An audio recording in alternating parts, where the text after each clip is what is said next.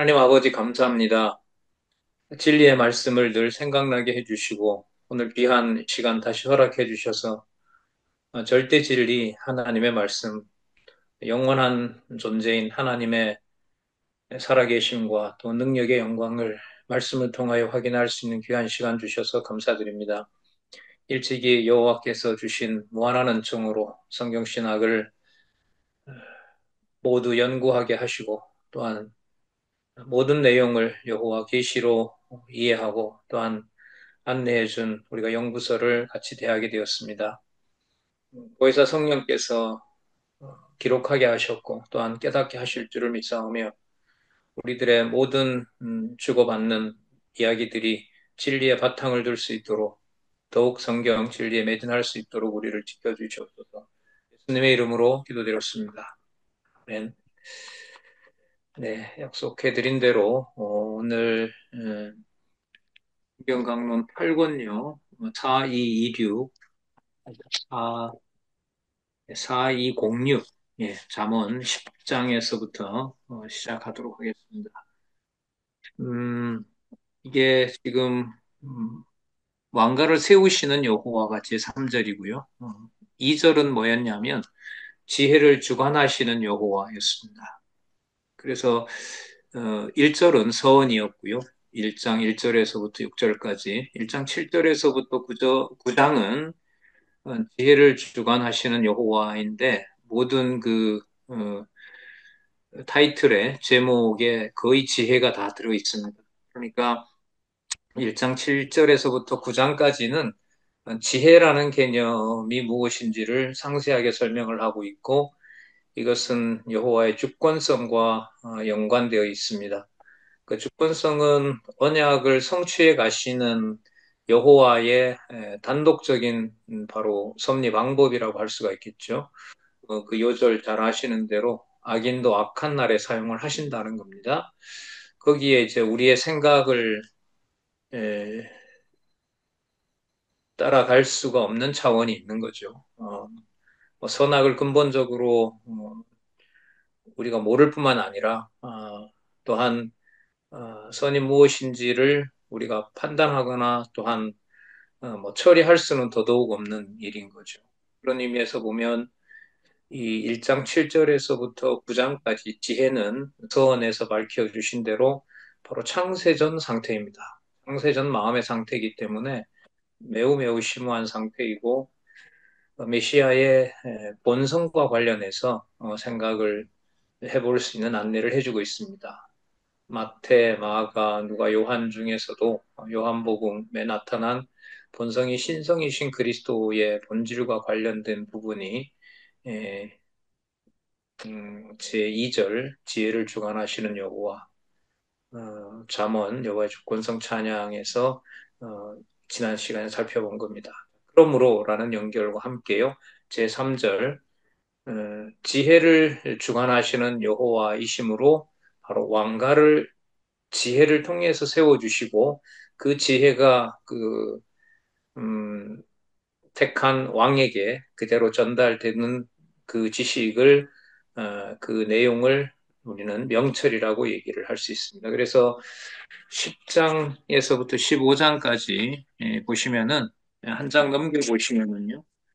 어, 왕을 세우심에 대한 뭐라고 나오죠?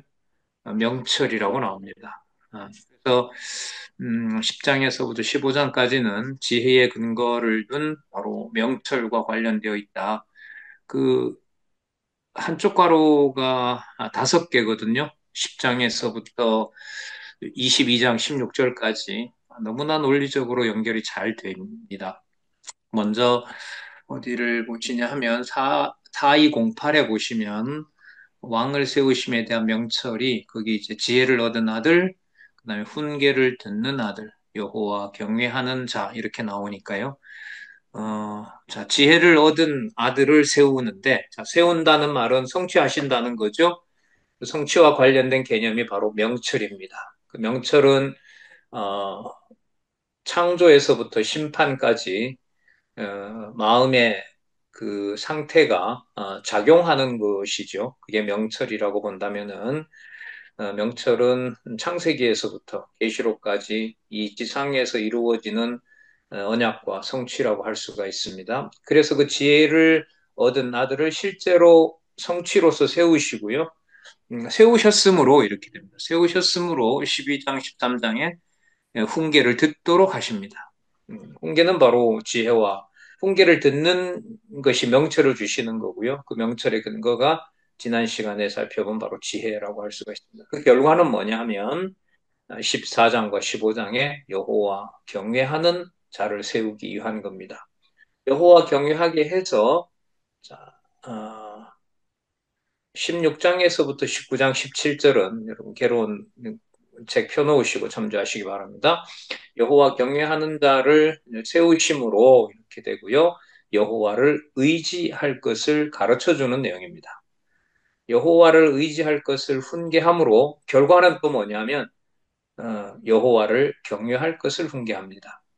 자, 그럼 전체적으로 보면 왕가를 세우시는 여호와는 지혜에 근거한 명철을 통해서 지혜를 얻은 아들을 세워서 지혜를 얻은 아들이므로 훈계를 듣도록 하는 아들을 세우고 결과 여호와를 경외하는 자를 세우시겠다는 것이고요.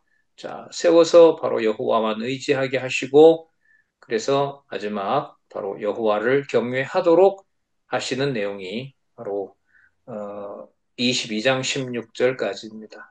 다시 반복하면 10장에서부터 22장 16절까지 한쪽 가로가 5개 있습니다. 10장에서부터 15장까지 3개가 있고요. 1, 2, 3이 있고 한쪽 가로. 그 다음에 16장에서부터 22장 16절까지 한쪽 가로가 2개 있습니다. 총 한쪽 가로 5개가 논리적으로 쭉 이어진다는 것을 말씀을 드리면서 신약 근거를 제시한 부분을 우리가 따라가도록 하겠습니다. 그 잠언의 그 특징이 뭐냐 하면 매 단락마다 신약 근거를 제시한다는 거죠. 그 성경 신학을 공부하는 아주 그 중요한 모범과 같은 답안지가 제가 볼 땐 잠언이에요. 그 12권, 13권에 가서 신약의 그 3번째 단락이 이제 거의 이제 픽스가 되고 강론지 구조가 만들어지는데 거기에는 뭐 양쪽 가로에 이런 데서는 구약이 안 나오고요. 앞부분에 이제 양쪽 가로 밑에서 하고 본문에 가면 설명을 안 하는데 단락을 얘기를 할 때는 하지 않거든요. 근데 지금 이 잠언 같은 경우에는 매 단락마다 그러니까 이게 진도가 잘 나가질 않는 거죠. 하나하나 다 확인을 하기 위해서.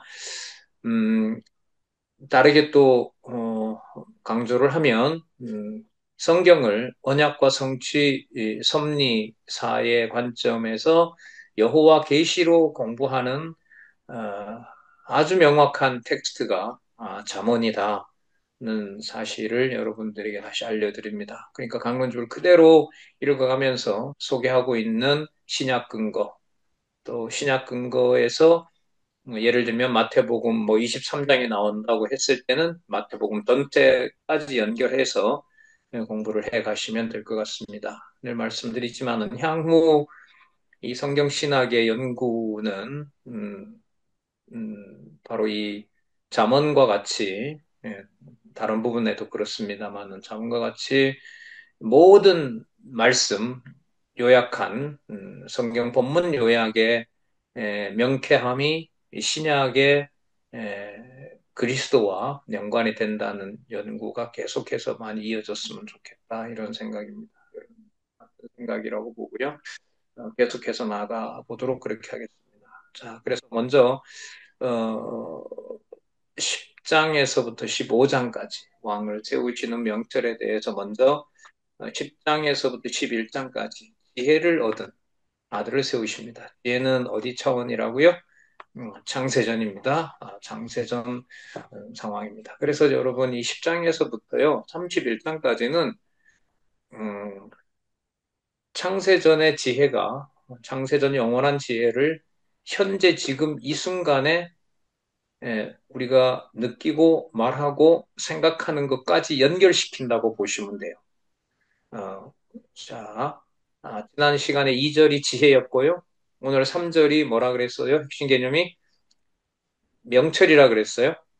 다음에 나오는 22장 17절에서부터 31장은 바로 나라를 다스리는 여호와에서는 바로 지식과 관련된 겁니다. 아주 상세한 지식, 순간 말하고 생각하고 느끼고 말하고 행동하는 것과 관련된 거라고 할 수가 있습니다. 그래서 지혜, 명철, 지식을 연관시키면은 창세전에 작정하신 것을 여호와께서 지금 신약과 연관을 시키면 그리스도를 통해서 그리고 교회를 통해서 성취하고 있는 내용이고 잠언은 어떤 부분에 초점을 맞추냐 하면 악인도 악한 날에 쓰시는 주권성을 찬양하도록 하는 내용이 바로 잠언입니다. 진짜 놀라운 이 본문이죠. 다른 부분도 그렇지만 진짜 읽고 또 읽고 싶은 부분이기도 해요.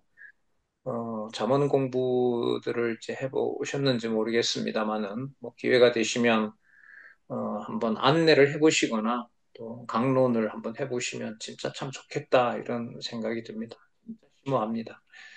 그리고 이 개론의 구조를 어떻게 이렇게 잡을 수가 있는지 그건 전체가 보이지 않으면 그러니까 잠언 전체뿐만 아니라 신약의 근거까지 확보하지 않으면 그 마태복음에서부터 요한계시록까지 전체가 보이질 않으면 이 잠언 구조는 절대로 잡을 수가 없습니다.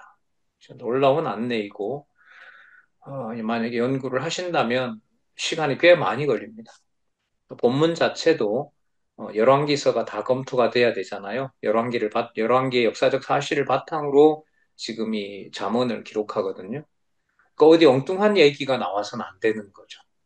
어, 철저하게 열왕기의 역사서에 바탕을 두고 있고 역대기와도 마찬가지고요.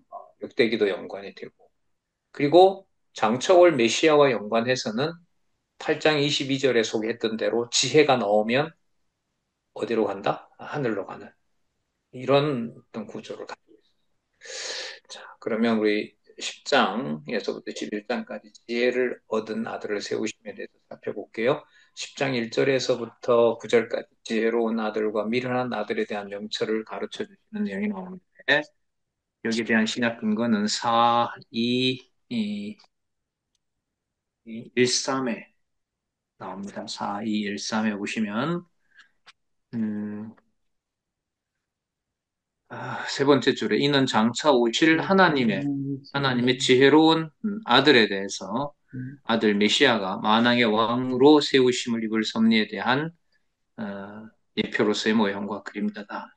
1장 15절 요한계시록 11장 15절 말씀을 한번 보도록 하겠습니다. 많이 나왔던 말씀이죠.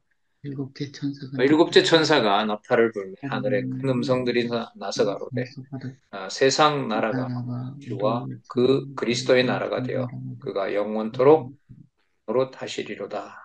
예, 바로 만왕의 왕으로 세우심을 입을 메시아에 대한 예표로서의 모형과 그림입니다. 열왕기에 다윗을 또 솔로몬을 왕으로 세우는 과정과 또 예수 그리스도가 이 땅에 오셔서 만왕의 왕으로서 마태복음이든 마가복음이든 누가복음이든 요한복음의 예수님의 행적 그게 합해지면서 요한계시록의 만왕의 왕까지 이렇게 연관이 되는 겁니다. 그러니까 적어도 요한계시록 11장 15절에 대한 이해는 잠언 전체는 말할 것도 없고 그다음에 마태복음, 마가, 누가, 요한복음 그리고 나중에 요한계시록까지 연결이 되는 음, 안내라고. 그 다음에 의인의 입과 악인의 입의 차이에 대한 명철을 가르칩니다. 명철을 가르친다 계속해서 나오죠. 성취되는 거예요. 2절에 지혜를 주관하시는 여호와께서 그 실제로 이제 왕가를 세우는 성취를 통해서 여호와의 주권성을 찬양하는 것이다. 이렇게 보시면 됩니다. 10절에서부터 21절까지 의인의 입과 악인의 입의 차이에 대한 명철을 가르치는데요. 4215페이지입니다. 4215페이지 두 번째 단락 밑에서부터 둘, 셋, 넷, 다섯, 여섯 이는 장차 오실 하나님의 지혜이신 메시아가 벌써 창세전 개념이 들어가죠. 입을 열어 이 땅에서 성취되는 겁니다. 입을 열어 생명의 말씀을 가르치실 것에 대한 예표로서의 모형과 그림자다. 사실 생명이라는 개념은 요한복음에 많이 나오죠. 자, 여기서는 이제 마태복음 4장 4절, 5장 1절을 소개하고 있습니다. 4장 4절, 예수께서 대답하여 가라사대 기록되었으되 사람이 떡으로만 살 것이 아니요 하나님의 입으로 나오는 모든 말씀으로 살 것이라 하였느니라. 하나님의 입은 이제 비유적인 비유의 표시, 비유에 대한 표현이고요. 비유적인 표현이고 창세전 하나님의 영원한 바로 말씀의 선포와 관련된 것. 자, 이 땅에 성취되는 말씀이라는 뜻입니다. 복음 5장 1절 볼게요. 예수께서 무리를 보시고 산에 올라가 앉으시니 제자들이 나온지라. 뭐 하기 위해서? 가르치기 위해서. 이렇게 성취와 관련된 명령이죠. 그 다음 22절에서부터 32절에 보면 의인과 악인이 받게 되는 심판에 대한 명철을 가르칩니다. 그러면 이제 의인과 악인이라고 하는 이 구분은 어, 누가 그렇게 하시냐 하면 아까 우리 마태복음 4장 4절에 나왔잖아요. 하나님의 입으로 나오는 모든 말씀으로 산다고 했으니까 하나님의 입으로 나오는 말씀이 의인과 악인을 심판하신다. 이렇게 보셔도 돼요. 이게 종합이 되는 거죠. 앞부분에 나타난 마태복음 4장 4절이 이 본문의 근거라면은 그 다음에 나오는 의인과 악인이 받게 되는 심판. 그러니까 의인과 악인과도 연결이 된다는 거예요.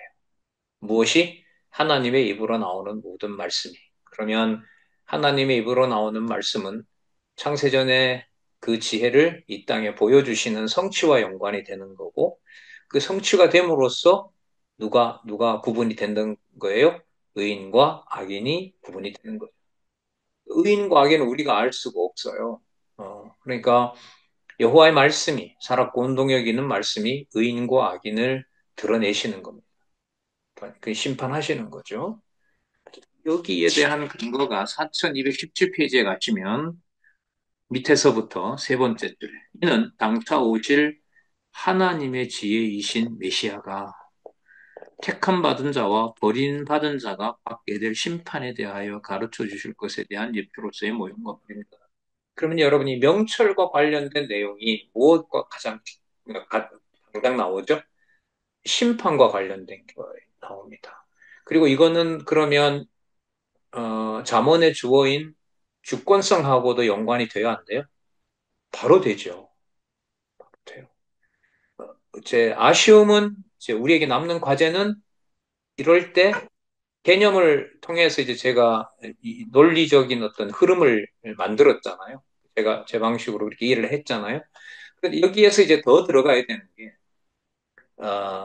마태복음 본문뿐만 아니라 마태복음 23장, 24장 본문뿐만 아니라 이 잠언의 본문 내용이 같이 떠올라야 돼요. 이게 약한 거예요, 우리가. 내가 약한 거예요. 저도 참 약하더라고요. 강론도 많이 하고 있지만 뭐 수년 전에 강론을 했고 이제 늘 보지를 않고 이제 이렇게 수업을 하기 위해서 세미나를 하기 위해서 봤을 때 완전히 낯설어요. 그래서 만약에 어떤 주제를 주고 뭐 이렇게 안내를 하고 연구를 하는 사람으로서 봤을 때는 참 빈약하다 이런 생각이 많이 들어요. 어떤 주제가 던져졌을 때 이 저자의 어떤 연구 방법이나 연구하는 모습을 보면 어떤 제목이 딱 나왔을 때 그 제목을 여호와 계시 관점에서 성경 본문을 창세기부터 계시록까지 제시하는 속도가 비교가 안 될 정도로 빠르거든요. 그 말은 어떤 본문의 그 정보를 빨리 캐치한다는 것이 아니라 성경 본문의 바탕을 두는 것이 여호와 계시에 얼마나 큰 힘인가를 보여주거든요. 사실 이 부분을 우리 이제 마지막 공부잖아요. 이 세 번째 단락 끝나면은 사실 뭘 더 안내해드려야 될 게 사실 없는 거잖아요. 우리 그렇게 이제 알고 있는데 그런 부분들이 정신을 이렇게 많이 자극을 합니다. 사실. 그리고 이 연구를 그대로 따라가는 앞으로 연구가 아니면은 성경신학 이 성경 강론 전집의 대한 이해로 깊이 갈 수가 있을까 이런 생각을 합니다. 모르겠어요. 여러분들 생각은 좀 다를 수도 있는지 모르겠습니다. 자, 22절에서부터 32절까지 마태복음 23장, 24장. 23장은 지도자의 잘못을 가르치는 거예요. 어, 잘못된 지도자를 경계하며 섬기는 자가 될 것을 가르치고요. 무지 책망하시고 지도자들을 저주하며 일찍하는 지도자들 책망하는 내용이고요. 외식과 불법을 저지르는 자를 책망하는 내용이고요. 책망하여 가르침, 책망하여 가르침 이 내용이거든요. 네, 그리고 24장은 심판의 징조를 가르쳐 주는 거죠. 이거는 뭐 주권자가 아니면 도저히 말할 수가 없는 거예요. 성전 무너질 때 세상 종말이 왔을 때, 그리고 그때 대처할 방안을 알려주시고, 그 다음에 환란 시대가 지나서 왕국이 반드시 도래한다는 거고요. 하지만 그때를 모른다라는 거죠. 이게 음, 바로 이 장 22절에서부터 32절까지입니다. 11장으로 바로 와서 또 보도록 할게요. 11장 1절에서부터 15절 악인과 의인의 행위의 결과에 대하여 결과 그 여파에 대한 명철을 가르치고 명철이라는 건 나오죠. 이 배경은 아시는 대로 이 수신자가 문법적으로 누구냐 하면 역사적으로 르호보암이잖아요. 나라를 뭐 11개나 빼앗겼으니까 도대체 유다만 가지고 뭘 어쩌란 말이냐라는 이런 상황 아니겠어요? 거기에 이제 어디에 있는 카드를 꺼내는 거죠. 하나님께서 창세전에 있는 카드를 쓰는 거죠. 그래서 지혜와 창세전 지혜, 그 다음에 창조부터 심판까지 우리도 그 안에 있어요. 명철에 대한 명철을 주시고 지혜가 성취된 것, 그리고 지금 말하고 생각하는 것까지 우리와 연결을 시켜주죠. 그 말하고 생각하고 순간적으로 직관하는 것이 지식이거든요. 그러니까 지혜와 명철과 지식, 그렇게 되면 여호와 경외로 가게 되잖아요. 여호와 경외로 가게 되면 누구 중심대로 말을 하지 않아요? 생각하지 않아요. 내 중심대로 하지 않죠. 그걸 뭐라고 그런다 했어요? 그게 바로 근신이라고 그랬죠. 근데 근신은 다 입만 닫고 사느냐? 그럴 수가 없어요. 살아고 운동력 있는 말씀이니까 누구 중심의 언어를 발설하게 되냐면 여호와 중심의 언어를 발설하게 돼요. 그래서 지혜와 명철과 지식과 근신과 지혜의 말을 하도록 하시는 것이 바로 어, 분리할 수 없는 바로 이 잠언의 구조와 연관이 돼요. 진짜 이거는 진짜 연구를 많은 사람들이 동시에 좀 했으면 하는 게 바로 이 잠언의 구조입니다. 11장 1절에서부터 15절 악인과 의인의 행위 결과에 대한 여파에 대한 설명 24장 25장 마태복음요 4221페이지 아까 24장은 심판의 징조와 관련된 말씀이라고 아까 안내해 드렸고요. 25장은 심판 방법이에요. 자, 4221페이지 첫 번째 줄 끝에 볼게요. 이는 장차 오실 하나님의 지혜이신 메시아가 자기로 인하여 하나님 나라가 이루어지고 대적자들로 인하여 예루살렘이 무너질 것을 가르쳐 주실 것에 대한 예표로서의 모형과 그림자다. 이런 문장을 참 이 마태복음 24장, 25장을 이렇게 핵심 개념을 묶어서 어떻게 보면 여러분 개론보다가 더 압축을 하는 거거든요. 24장 심판의 징조를 가르침, 25장 심판의 방법들을 가르침, 그 상위 주제 심판주 직무에 의한 성취. 마태복음 24장, 25장 이렇게 되어 있거든요. 근데 여기 다 들어가 있어요. 이 개념들을 한번 보세요. 하나님의 지혜, 메시아, 그 다음에 하나님 나라, 그 다음에 대적자. 그럼 대적자는 단지 여로보암을 얘기를 할까요? 신약과 연관을 시키면 창조 때 만든 그 들짐승에서부터 어, 심판하는 그 마지막 심판, 음녀 심판까지를 다 포함할까요? 다 포함하겠죠, 대적자들. 그다음에 예루살렘. 예루살렘은 실체적 예루살렘은 샬롬이잖아요. 샬롬. 그리스도가 통치하는 교회와 연관이 되는 겁니다. 16절에서부터 23절, 의인과 악인이 받을 심판 결과에 대한 명철을 가르쳐 줍니다. 의인과 악인이 받을 심판 결과는 생명과 사망이겠죠. 의인은 생명으로, 그 다음에 악인은 사망으로 이렇게. 자, 신약 근거 볼게요. 4223에 가시면 음, 마태복음 23장 24장. 자, 그 문장 읽어보겠습니다. 4223 두 번째 단락 위에서부터 여섯 번째 줄 끝에 이는 장차 오실 하나님의 지혜이신 메시아가 택함을 받은 자와 버림을 받은 자가 받을 심판의 결과에 대하여 가르치실 것에 대한 예표로서의 모형과 그림자다.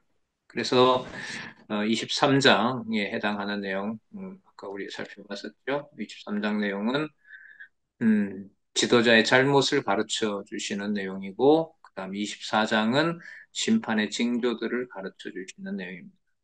그러니까 이 명철과 관련해서 계속해서 잠언에서 소개하고 있는 개념은 바로 어떤 개념이다? 심판이다. 하나님의 말씀은 살았고 운동력이 있어 혼과 영과 관절과 골수를 찔러 쪼개기까지 하니 그게 보면 그것도 결국은 심판과 연관이 되는 거죠. 심판과 연관. 우리에게는 뭐 불리한 거고요. 우리에게 별로 좋지 않은 거고 우리는 이제 뭐 복만 받기를 원하는 건데 그야말로 우리의 생각인 거고 하나님의 말씀은 여러분들과 제 어떤 생각과 또 판단과 삶에서 끊임없이 하나님의 심판을 단행하고 있다는 사실, 우리 중심과 하나님 중심을 하나님 계속 드러내고 있다는 거죠. 거기에서 이제 지혜와 명철과 지식의 이 구조를 생각나게 하면 거기서 놀라운 하나님의 주권성을 깨닫게 되겠죠. 자, 그 다음 422쪽에 가시면 422쪽에 가시면 425 죄송합니다. 24절에서부터 31절 의인과 악인의 재물 활용 방법에 대한 명철을 가르쳐 주시는 내용인데 4225 두 번째 단락 위에서부터 하나, 둘, 셋, 넷, 다섯 번째 줄. 자, 이는 장차 오실 하나님의 지혜이신 메시아가 부요하신 자로서 가난한 제자들을 부욕해 하시려고 가난하게 되실 것에 대한 예표로서의 모형과 그림자다. 고린도후서 8장 9절. 연보와 관련한 아주 유명한 구절이죠. 우리 주 예수 그리스도의 은혜를 너희가 알거니와 부요하신 자로서 너희를 위하여 가난하게 되시면 그의 가난함을 인하여 너희로 부욕해 하려 하심이라. 예. 재물과 관련된 것 때문에 부요와 관련이 되는 거잖아요.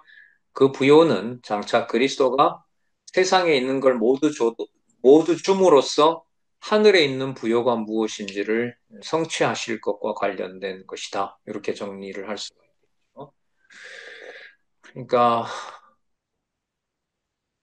이번에 그 아시아 일곱 교회 서머나는 그냥 지나갔습니다만 아시아 일곱 교회 그 돌무더기를 이렇게 보면서 폐허가 됐구나. 다 끝이 났구나. 하나님이 다 무너뜨렸구나. 이것만 생각할 수가 있는데 얼핏.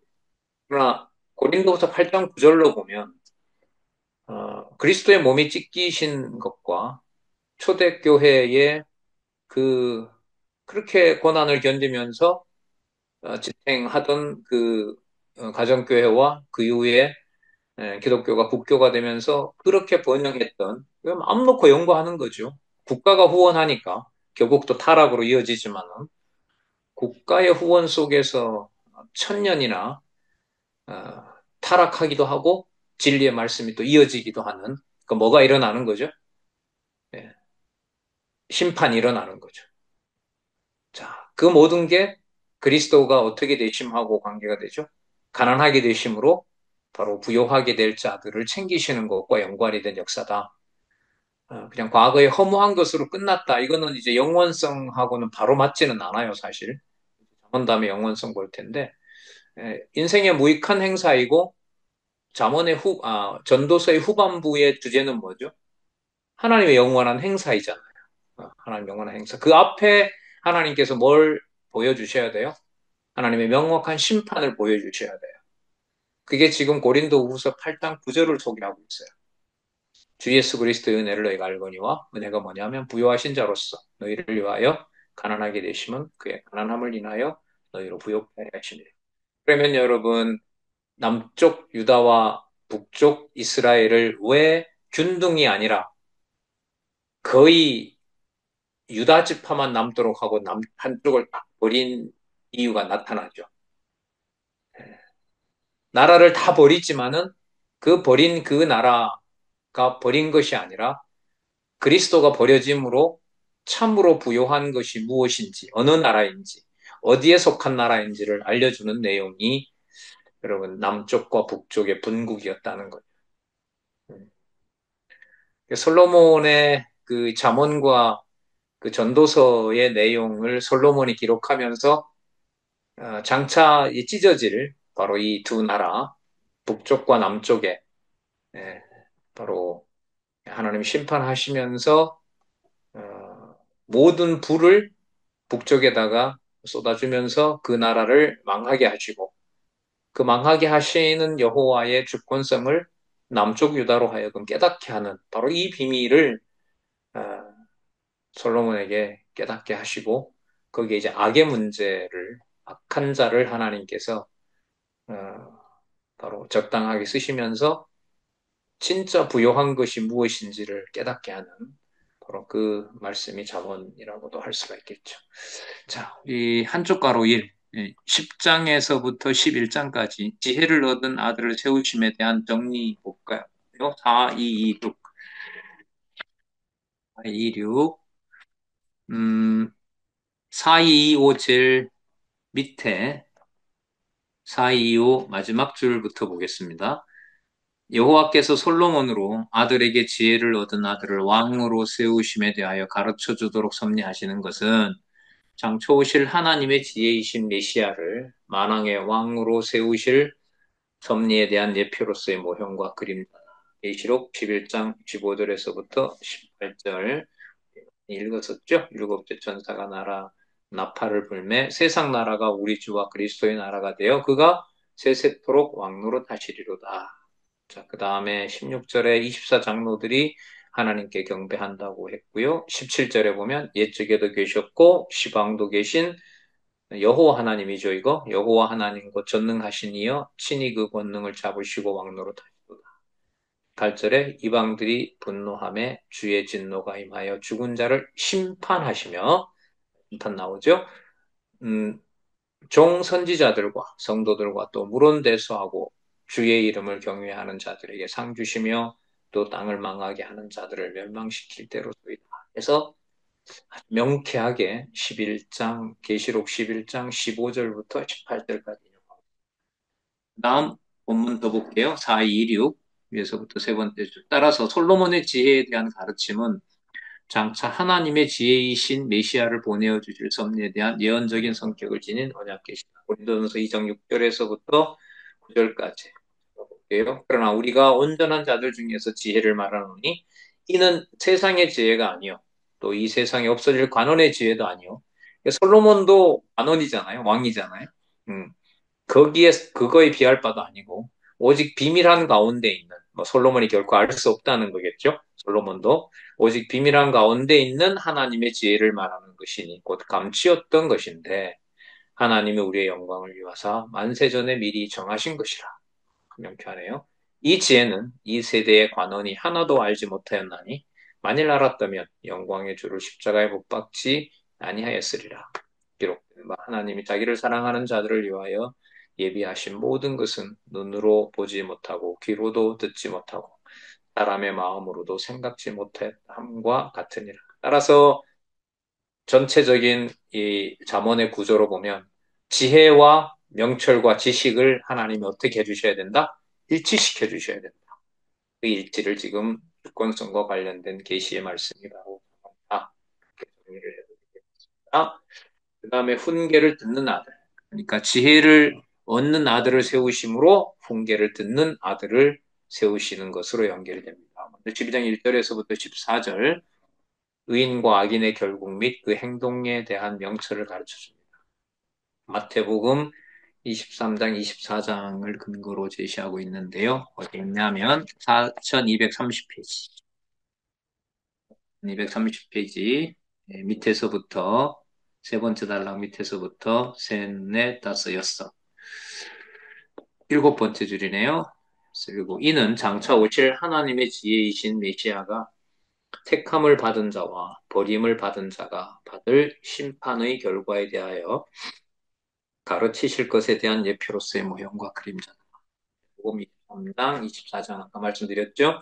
지도자의 잘못을 가르치는 내용이 나왔고요. 그 다음에 심판주의 직무를 성취하시면서 심판의 징조들을 가르치시는 내용이 나옵니다. 그러니까 책망하신 대로 어떻게 하신다? 심판하신다. 이렇게 보면 그냥 어느 날 그냥 바로 심판하는 것이 아니라 책망을 받은 자로 하여금 바로 그냥 두지 않고 심판하신다. 연결을 지을 수 있습니다. 그 다음 12장 15절에서부터 28절 의인과 악인이 행한 행동 결과에 대한 명철을 가르쳐 줍니다. 네, 참 본문들이 진짜 주옥 같아요. 자, 4234페이지 4234 본문들 되시는 대로 화질이라고 보고요. 저도 마찬가지. 자, 4234 밑에서부터 중간쯤인데 위에서부터 하나, 둘, 셋, 넷, 다섯, 여섯 번째 줄 이는 장차 오실 하나님의 지혜이신 메시아가 어리석은 악인과 지혜로운 의인의 행동에 대하여 가르쳐 주실 것에 대한 예표로서의 모형과 그림이다. 마태복음 7장 24절에서부터 29절까지 지혜로운 자가 반석 위에 집 짓는 거 그와 대비해서 미련한 자가 바로 모래 위에 집을 짓는 것과 같은 그 비유를 통해서 의인과 악인이 어떤 자인지를 알려주는 거죠. 다음 13장 1절에서부터 14절은 훈계를 듣는 자와 꾸지람을 듣지 않는 자의 결국을 가르쳐 줍니다. 그것도 아까 마태복음 23장, 24장을 근거로 제시하고 있어요. 4, 2, 3, 7. 책망하는 내용이 마태복음에만 나와요? 아니면 마가복음, 누가복음, 요한복음에 다 나와요? 다 나오죠. 이 말은 이제 마태복음 23장, 24장을 이제 근거로 예수님께서 이렇게 책망하신 부분을 연결해서 연구하면 되겠구나. 직임과 관련해서, 왕직과 관련해서, 그다음에 또 높으신 신분과 관련해서, 혹은 낮은 신분과 관련해서, 그다음에 아들 신분, 그다음에 에, 왕의 신분, 그다음에 또 사역, 아들 사역, 그 다음에 통치자의 사역, 그 다음에 대속 사역, 거기에서도 살펴볼 수가 있고요. 그 다음에 천례, 그 다음에 귀천, 거기에서도 살펴볼 수가 있습니다. 아들 사역, 나라 사역, 대속.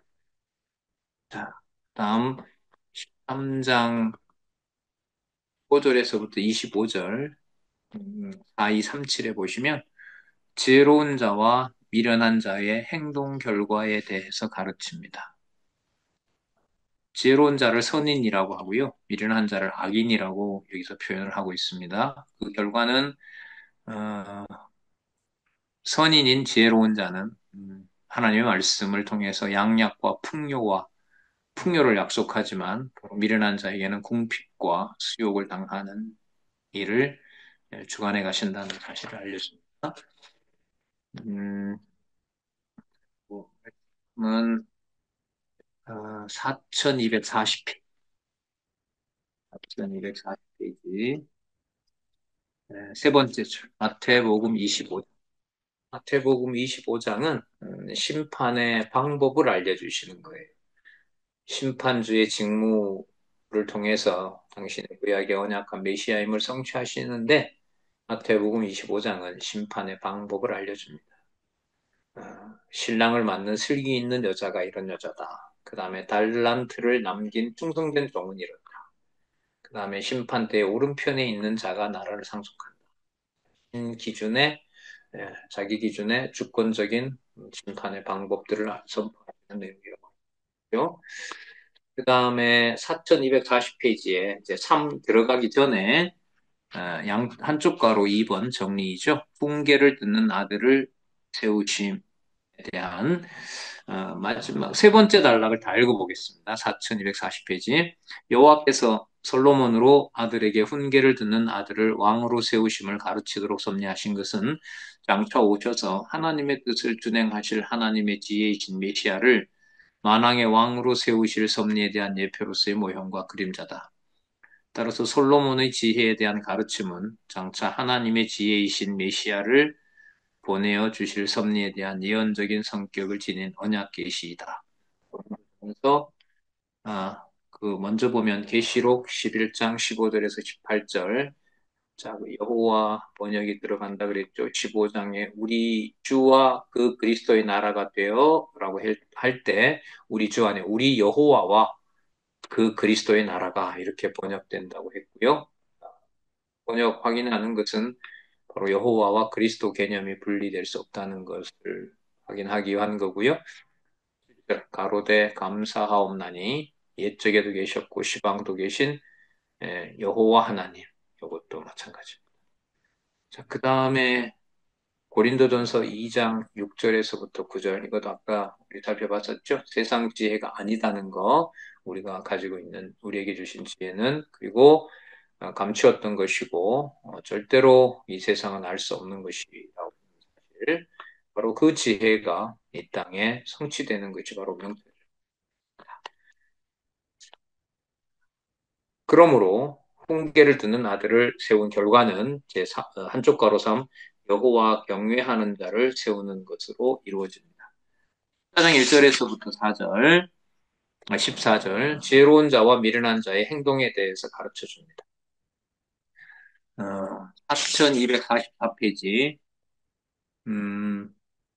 제일 밑에 줄 밑에서부터 세 번째 줄 볼게요. 4244에 이는 장차 오실 하나님의 지혜이신 메시아가 지혜로운 증인과 거짓 증인에 대하여 가르쳐 주실 것에 대한 예표로서의 모형과 그림자.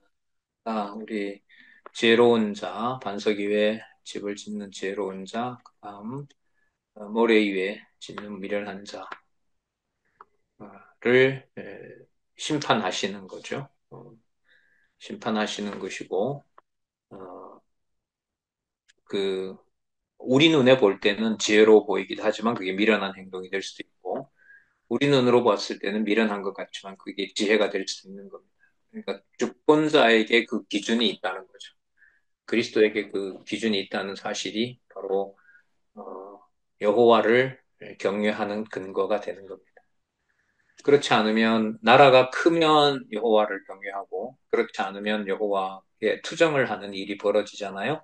그런다 여호와의 말씀을 듣고 여호와를 경외하게 되면 자신에게 주어진 유대 나라가 르호보암이 볼 때는 마음에 들진 않지만 더 컸으면 좋겠고 더 많았으면 좋겠지만 그렇지 않게 된다는 거죠. 우리 뭐 곧 가치론 지금 세미나들 준비하고 계시지만은 가치 판단의 문제는 음, 여호와 경외로 인도하셔야 정답이 되는 거고요. 여호와 경외를 에, 가능하게 하려면 반드시 여호와께서 심판을 하셔야 되고요. 그 심판의 그 과정을 따라가도록 하시는 것은 어, 여호와 기준의 선과 의와 불의를 깨닫게 해주셔야 알 수 있는 거죠. 예. 자, 15절에서부터 17절 볼까요? 지혜로운 자와 어리석은 자가 행한 것에 대해서 가르쳐 주는데 4248, 4248 세 번째 줄 보겠습니다. 이는 장차 오실 하나님의 지혜이신 메시아가 지혜로운 자와 어리석은 자의 행위와 그 결국에 대하여 가르쳐 주실 것에 대한 예표로서의 모든 것입니다. 마태복음 7장 24절에서 29절 계속 반복되니까요. 하도록 하겠습니다. 그 다음에 28절에서부터 단락도 재밌게 나왔죠. 14장 28절부터 15장 1절까지 장을 뛰어넘어서 의미로 묶어놓고 있습니다. 명철한 의인과 어리석은 악인의 행동을 가르칩니다. 마태복음, 자, 4250이죠? 4250에 가시면, 음, 밑에서부터 일곱 번째 줄. 4250. 이는 장차 오실 하나님의 지혜이신 메시아가 지혜로운 왕으로서 죄인에 대해 노하기를 더디하고 힘없는 가난한 자를 불쌍히 여기실 것에 대한 예표로서의 모형과 그림자다. 어, 마태복음 9장 9절에서부터 13절에는 죄인이라고 낙인 찍힌 세관, 세리마태를 부르는 내용입니다. 그리고 9장 10절에 보면 세리와 죄인들과 함께 예수님께서 주시는 내용이 나타나죠. 그리고 9장 13절에 보면 어, 내가 긍휼을 원하고 제사를 원치 아니하노라 하신 하나님의 뜻이 무엇인지를 생각해 보라고 얘기를 하고요. 음, 다음에 이 마태복음 11장 5절도 근거로 제시하고 있죠.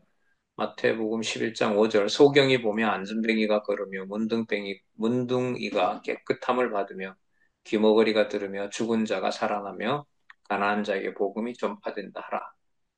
그렇게 그리스도가 오셔서 가난한 자를 불쌍히 여기실. 가난한 자에게 뭘 보여주는 거죠? 예, 창세전 지혜를 보여주는 거죠. 창세전 지혜를 이 땅에 보여주는 것을 무엇을 주신다고 얘기를 하죠? 명철을 주신다라고 얘기를 하는 거예요. 창세전 지혜, 창조와 심판까지 차원의 명철, 그리고 소경된 자가, 문둥이가 순간 온몸으로 느끼면서 깨끗함을 받는 거. 이게 바로, 그 직접 직관이라 그러죠. 지금 말하고, 생각하고, 행동하고 하는 일체 모든 것들을 순간 깨닫게 하시는 거. 창세전의 바탕을 두고, 이게 바로, 창세전 언약의 바탕을 둔 여호와의 계시가 되는 거예요. 이 계시는, 잠언으로 보면, 잠언에 근거해서 보면 반드시 창세전의 영원한 바로 여호와의 존재와 바로 그 영원한 언약, 성취, 그걸 바탕으로 해서 심판이 일어나게 되고, 명철이 일어나게 되고, 명철이 드러나게 되고, 바로 지식, 지적 직관, 네. 우리가 말하고 생각하고 느끼는 바로 그러한 지식을 우리가 얻게 된다는 것. 그다음 15장 2절에서부터 10절에 보시면 지혜자와 미련한 자의 훈계 태도와 그 결과를 가르칩니다. 여기 지혜자는 의인 정직한 자라고 나오고요. 미련한 자는 악인 배반자라고 나옵니다. 자, 지혜자에게는 사랑을 그리고 미련한 자에게는 징계를 내리신다는 것이 바로 본문에 나타납니다. 자, 3절, 15장 3절 참조하시기 바랍니다. 여호와의 눈은 어디서든지 악인과 선인을 뭐한다? 감찰하시느니라. 여호와가 감찰하시는데 르호보암이 자기가 북쪽을 감찰하고 자기의 나라로 복속시키려고 하는 것은 그것은 미련한 자가 되는 겁니다. 그 다음 11절에서부터 19절 명철한 자의 마음 자세와 행동에 대한 명철을 가르쳐 주시는데 4255쪽에 가시면 4255쪽에 가시면 에서부터 세 번째 줄 이는 장차 오실 하나님의 지혜이신 메시아가 자기 스스로와 대적하는 자들의 마음 상태에 대하여 가르쳐 주실 것에 대한 예표로서의 모형과 그림이다. 마태복음 11장 29절에서부터 30. 나는 마음이 온유하고 겸손하니 나의 멍에를 메고 내게 배우라. 그러면 너희 마음이 쉼을 얻으리니 이는 내 멍에는 쉽고 내 짐은 가벼움이라 하시니라. 자, 그 다음 12장 34절. 내 자식들아, 너희는 악하니 어떻게 선한 말을 할 수 있느냐? 이는 마음에 가득한 것을 입으로 말함이니라. 예, 마음의 상태에 대하여 판단하시는 거죠. 드러내시는. 그 다음 20절에서부터 33절까지 본문도 참 좋습니다. 아까 생명나무 나왔었죠. 15장 24절에 가면 생명길이 나오고요. 31절에 가면 생명의 경계를 듣는 자, 생명이 나와요. 그러면 이 15장에 나타난 이 내용들은 이 지금 14장, 15장 여호와 경외하는 자를 세우심이고 결국 15장 내용을 중심으로 이제 살펴본다면은 결국은 바로 생명과 연관되어 있는 영원한 생명이겠죠. 지혜의 근거를 둔 명철로 지혜를 성취하는 것이 명철이라고 본다면은 바로 그것은 음, 바로 생명과 연관된 본문이다. 이걸 15장에서 생명 개념을 핵심 개념으로 알 수 있습니다. 자, 4259로 가겠습니다. 4259에 가시면 아, 4259 첫 번째 줄 중간부터 읽어볼게요. 이는 시므이가 솔로몬의 경계를 무시하고 예루살렘을 떠났다가 급기야 죽임을 당하게 된 사실을 의중에 두고 말한 것이다. 열왕기의 근거를 두고요.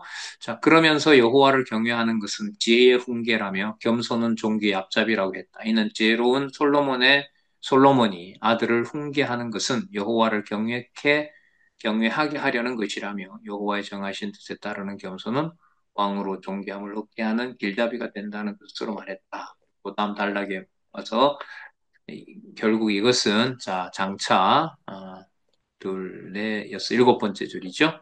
두 번째 단락. 이는 장차 오실 하나님의 지혜이신 메시아가 자기 스스로와 대적하는 자들의 행동과 그 결과에 대하여 가르쳐 주실 것에 대한 예표로서의 모든 것. 대복음 7장 24절에서부터 29절 지혜로운 반석 위에 집을 짓는 지혜로운 자, 모래 위에 집을 짓는 어리석은 자, 일을 한 자, 그와 관련된 내용입니다.